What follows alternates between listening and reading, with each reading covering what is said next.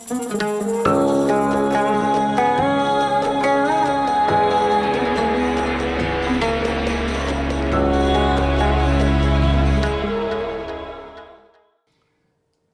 בחודש יוני 1944 בקהיר. כן. ומה שמך? אלבר. שם היה נהוג לתת את השמות כמו בעברית, אבל בלועזית, אלבר. שזה אברהם, הכוונה אברהם. ובמשפחה, הדודים ובני דודים קוראים לי ברו. בבו? ברו, בית רשו. ובמשפחה שלכם כמה אחים? אנחנו 6 אחים. אני הכי צעיר במשפחה. 3 מתוך 6 נפטרו. כל מיני שנים, 2 מהם לפני 11 שנה, ואחותי, אמא שלו, לפני 3 שנים כמעט, לא? 3 שנים, כן. איך קראו לאבא שלך? שאול, כן. במה הוא עסק? במצרים הוא היה מנהל של חנות של יהודי, קוראים לו דוד עדס, שהוא מכרו בדים. לא היו מוכרים בגדים מוכנים כמו היום. מוכרים בדים, אתה קונה, ושולח לחיה, תופף לך חולצה, מכנסיים. היו מוכרים בדים, הוא היה מנהל החנות שם. אתה זוכר את החנות? כן. היו כמה סניפים. בסניף השני, גם כן בתוך העיר, אח שלי הגדול, זיכרונו לברכה, הוא עבד שם בהנהלת חשבונות. ואמא, מה היה השם שלה? פורטונה.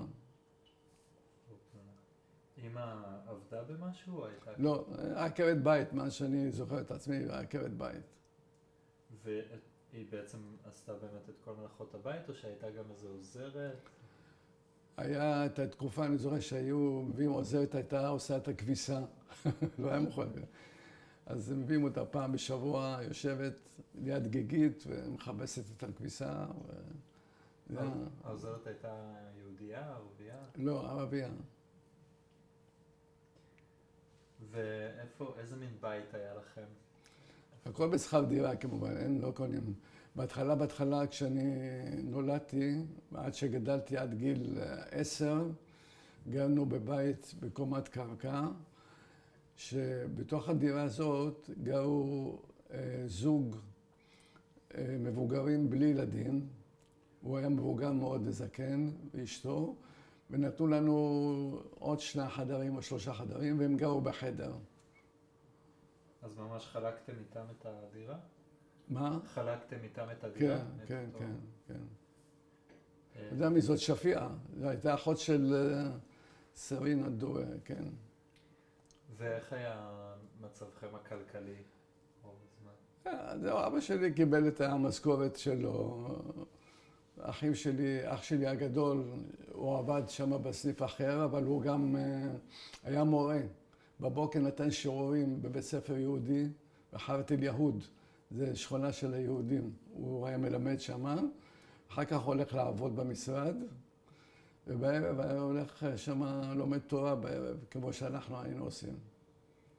בערב, אחרי הבית ספר, היינו מסיימים את הבית ספר כל יום ב-4, וב-5 היינו הולכים לשיעור תורה כל יום בבית כנסת אהבה ואחווה. יושבים, לומדים תלמידים, לומדים תורה, איך להניח, כבר בגיל 7-8, אולם כבר לומדים איך להניח תפילין, כל החוקים, הכל, לקרוא רש"י, לתרגם. עכשיו, המשימה הייתה בעיקר, שאנחנו קוראים בספר התורה פסוק, אני מתרגם אותו לערבית, או שהבנתי, אני מתרגם אותו לערבית. זה היה בזמנו, והרב היה שם, הרב דואק, חיים דואק. ובעצם ככה גם למדתם עברית דרך המקרא? כן, בגיל, חוץ מזה, בלי קשר לזה, בבית כנסת אחר גדול, היה שם בשבתות, יש מקהלה שעושים כל מיני קטעים של התפילה עם מקהלה.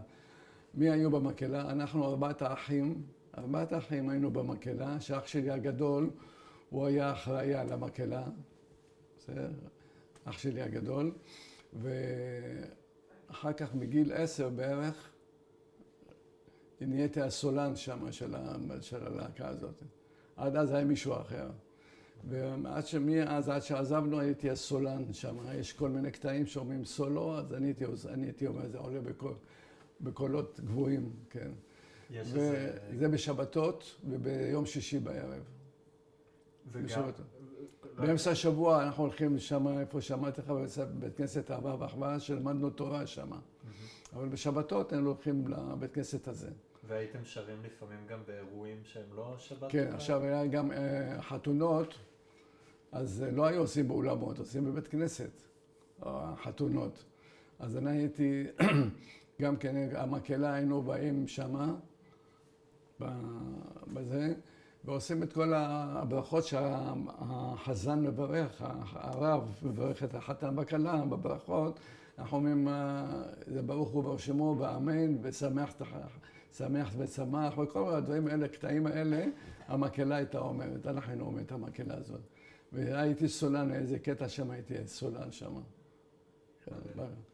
וזה קיבלנו תוספת עוד 5 אגורות לכל אחד. מה, מהבית כנסת? כן, מעלה השמחה, 5 גרוש כל אחד. 5 אגורות. אז גם הבית ספר וגם החיים הקהילתיים היו בעיקר סביב הקהילה היהודית. כן, בטח, רק יודע, חשוב מאוד. כולם היו שומרים מסורת ודת באותה מידה, או שהיו...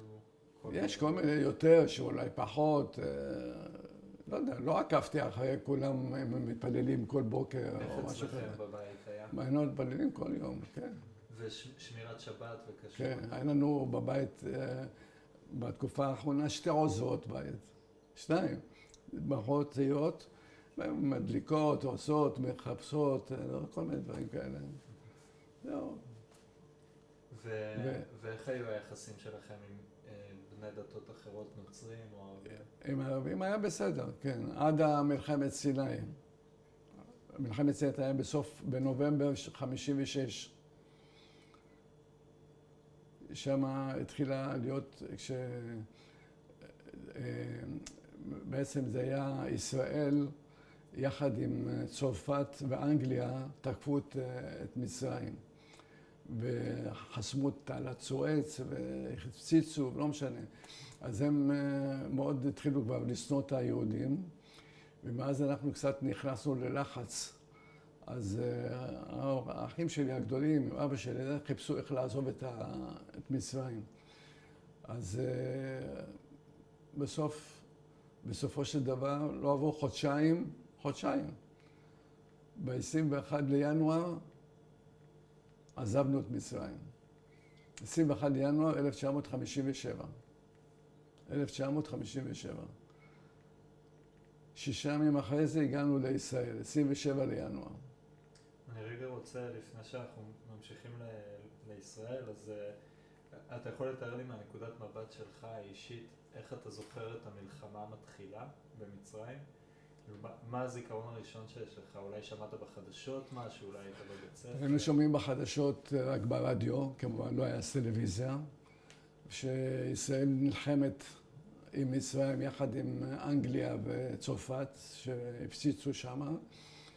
וזהו, אבל לא היו אזעקות או משהו כזה, כי ההתקפות לא היו בקהיר, היה יותר בתעלה וכל דברים כאלה, אבל לא בתוך קהיר עצמה. ופחדנו, היה פחד, כי התחילו להסתכל עלינו לא טוב המצרים שם. אז אנחנו בתור ילדים פחדנו מאוד. היה איזה חודש כמעט ולא למדנו בבית ספר. אחר כך חזרנו לכמה ימים, ואז אנחנו עזבנו גם את מצרים בינואר. בינואר כבר עזבנו את מצרים. היו גם מקרים שאתה זוכר, או שלך או של אנשים אחרים, שאמרו לכם דברים, או שעשו משהו? לא, אני רק יודע שאח שלי הגדול, שהיה קצת בלונדיני כזה, וכשהיה הולך ברחוב, היו צועקים עליו, אתה יהודי, יהודי, וזה, אז זה הפחד שנכנס בנו. לא, אנחנו בתור ילדים כמעט לא יצאנו מהבית. אבל הוא, כשהוא הולך לעבודה וזה, אז הוא היה מקבל צעקות בכביש. כל מי שנראה להם פרצוף לבן, וזה קצת בלונדין וזה, אז היה פחד. יודעים שהוא יהודי. וזה השפיע איכשהו גם על המצב הכלכלי או על העבודה של אבא? לא, עד הרגע האחרון הוא עבד. עד הרגע האחרון הוא עבד. וזהו, שם אין פיצויים, אין דברים כאלה. המשכורות היו נמוכות מאוד. פה אח שלי עזר במשכורת שלו, וכל אחד עזר קצת. אנחנו היינו עוד ילדים קטנים, אני ואח שלי היותר גדול, הוא היה גדול ממני ב3 שנים. הוא בדיוק, הוא לא עבד במצרים, הוא למד. אח שבאנו לארץ. כן, הוא עבד, הוא התחיל פה לעבוד.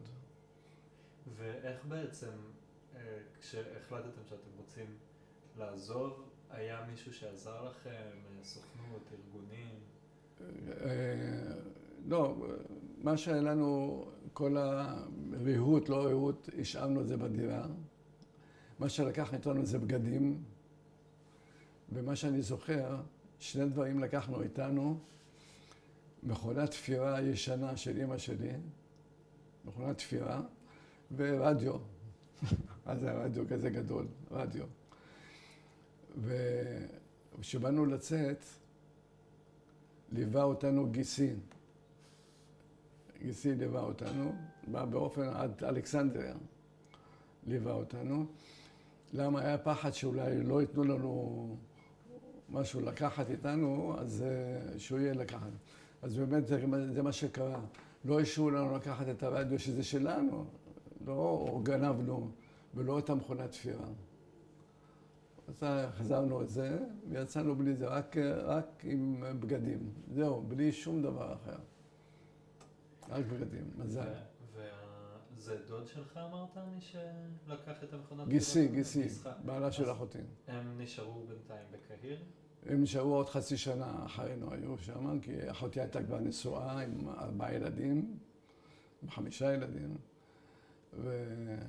ובדיוק נולד לאחד במבצע סיני, נולד בן ה-5. ואיך תקרא לו? איך קרא לו? על שם, מי היה אז פה ראש ממשלה, וזה דוד בן גוריון. אז יקרא לו דוד, על שם דוד בן גוריון. עד עכשיו, דוד, הוא יצא לפנסיה עכשיו. ב-67. תינוק. ושוב רגע אני חוזר טיפה אחורה, אבל לפני שעזבתם, ולפני שפרצה המלחמה, החיים בקהיר, איך הם היו מבחינה תרבותית, דברים שעושים בשעות הפנאי, מעבר לכמובן... אנחנו, החיים שלנו כיהודים היה קצת שונה מאשר של הערבים. מבחינה, היה לנו בית ספר למשל, קראו לזה קוד דה לה קומוניטה ישראליאן, בית ספר של העדה הישראלית, היהודית. זה בית ספר גדול מאוד, ארוך, מחולק ל2, חלק לבנים, חלק לבנות. ושם למדנו, היה כיתות, כן? כמובן עם תלבושות של הבית ספר. אין דבר כזה לבוא ככה, זה צריך כמו חלוק כזה של הבית ספר. וגם כל יום עושים לנו בכניסה, זה אני לא יכול לשכוח את זה. נכנסים לכיתה, עומדים בשורה זוגות, והמורה עוברת לראות, מחזיקים ביד מטפחת, ועושים ביד וככה, ועושים ככה לראות שהציפורניים גזוז, ויש לך מטפחת ביד. ככה. וגם בכניסה, השואב לא נותן לך להיכנס אם הנעליים לא מבריקות. אז מה עושים? היה מישהו שמצחצח כשהנעליים לוקח חצי גוש. אז מי שלא צחצח בבית, הוא מצחצח פה, הוא לא נותן להיכנס לבית ספר. לא יאומן. מאוד שונה מהיום. כן. כשאתה נזכר בזה, זה זיכרונות טובים בשבילך? אהבת לחיות שם? כן, זיכרונות קשים, מה שנקרא, לא קיימים דבר כזה היום. היום ילד בא איך שהוא בא, איזה נעל שהוא רוצה הוא נועל. לא כמו היום.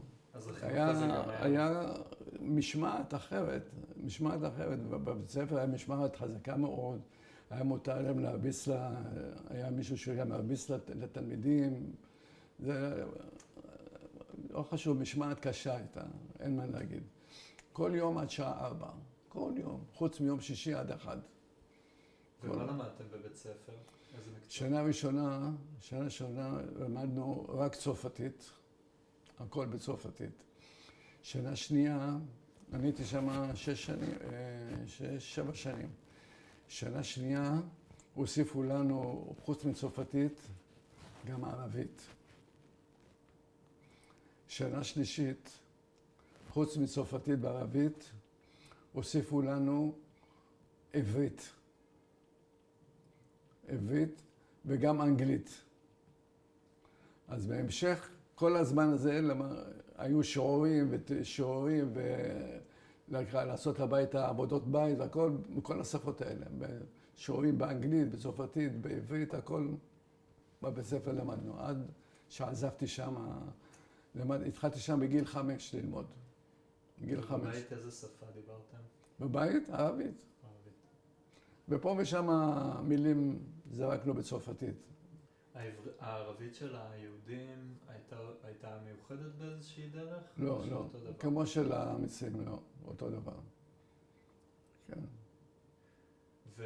ואני יודע שעדיין היית ילד קטן יחסית, אבל אחרי הבית ספר היה גם איזה שהם חיי... שום דבר. כל יום, באמצע השבוע, מתיחה, עד שמגיע הביתה 4:30, ב-5 היה לנו שיעור תורה בבית הכנסת, במקום אחר, עד שעה 6.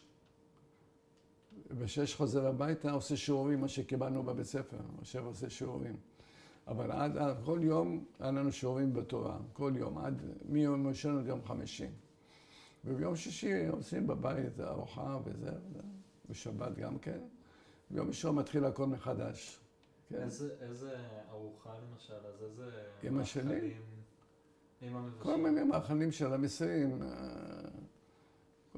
דברים מושם, גם מה שאשתי עושה היום, גם כן, אם זה כל מיני ירקות מבושלים למיניהם, מרקים מיוחדים, מה שנקרא מולוכיה. שמעת על מולוכיה? זה רק של המצרים אוכלים אותה, מרק כזה.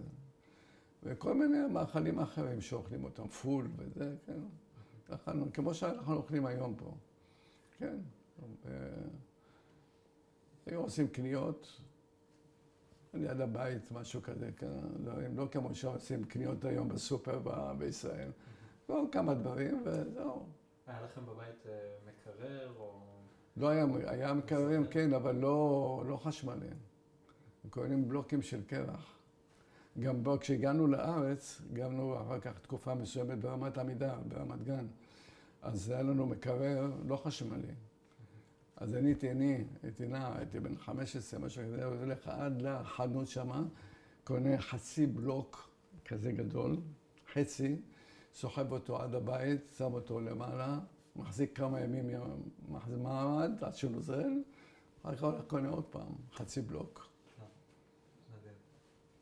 כן, עד שעברנו דירה לרמת גן, אז התחילו להיות מקררים עם חשמל, אז קנינו אחד עם חשמל קטן. עד אז מקררים עם קרח.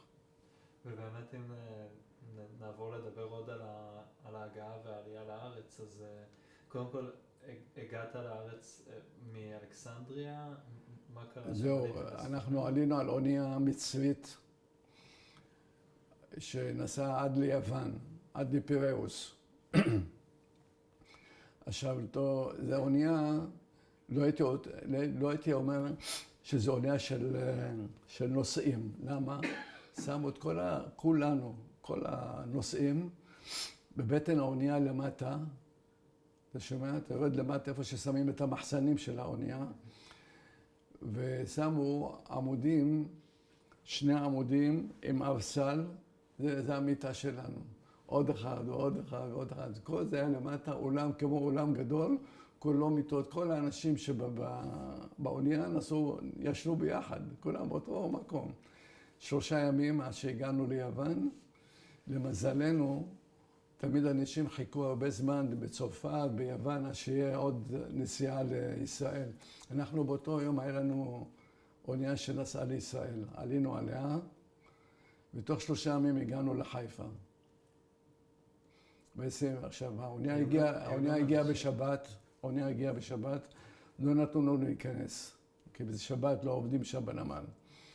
כשהאונייה עגנה בחוץ, פתאום אנחנו מגלים, אנחנו עומדים בחוץ על האונייה, פתאום רואים סירה מגיעה עם אנשים, עם 2 אנשים בפנים, מגיעה עד לאונייה, עולים במדרגות, 2 גברים, ושאלו איפה ההורים שלך? אמרתי, הנה ההורים שלי פה, הנה האחים שלי. שאלו אותם אם הם רוצים, הם ארגון הייס. זה ארגון שפעל למען יהודי ערב. ארגון למען יהודי ערב. אם אתם רוצים, אנחנו מסדרים לכם עכשיו ויזה לאמריקה, במקום לעלות לישראל. האחים שלי כמובן, והגדולים, ואבא שלי אמרו לא, אנחנו רוצים ארץ ישראל, לא רוצים אמריקה. רוצים ארץ ישראל. טוב, אז הם עזבו, הלכו לשכנע אנשים אחרים. יכולנו לקבל ויזה לאמריקה. היו כאלה שקיבלו את זה? אולי, יכול להיות, כן. אני לא שמתי לב. הלכו לדבר עם כל מיני אנשים, לא יודע מי קיבל ויזה, מי לא קיבל ויזה. אז אנחנו הגענו שם לחיפה, ובאותו יום חיכינו אחרי שירדנו מהאונייה, מהבוקר עד הלילה, חיכינו בתוך המחסנים של הנמל, עד שהחליטו מה עושים איתנו. בסוף אותנו שלחו לחצור, בגליל העליון. שמעת על המקום הזה? כן. חצור. כן. זוועה, לא משנה. היינו שם תקופה קצרה יחסית, 1-3 חודשים, משהו כזה, ועברנו לרמת גן, לרמת עמידר. קנינו חדר אחד. כולכם גרתם שם ביחד, גם האחים הגדולים? כן, אח שלי הגדול, אחותי הגדולה נשואה בה 0.5 שנה אחרינו, אבל האח שלי הגדול, איך שבאנו, הוא היה גם מורה במצרים, אז נתנו לו להיות מורה בבאר שבע. אז הוא עבר לבאר שבע. ואני ואחותי התחתנה, אמא שלו, אמא של חיים פה, היא התחתנה באותו שנה שבאנו, 57. ואני ועוד 2 אחים שלי הגדולים גרנו ביחד, אחד הלך לצבא בינתיים, ואנחנו היינו, אני ואחי עוד היינו קטנים, אז גרנו עם ההורים בחדר אחד. כולם בחדר אחד. ואיך זה היה? איך הייתה הקליטה פה בארץ? איך הכניסה? הקליטה בארץ. שום דבר, לא... להפך עוד, אני זוכר, אחרי 1, 2, 3 יותר מזה, חייבו את אבא שלי, קיבלנו איזושהי מיטה, חבל הזמן, הייתה מברזל כזאת עם מזרון מקש, כן?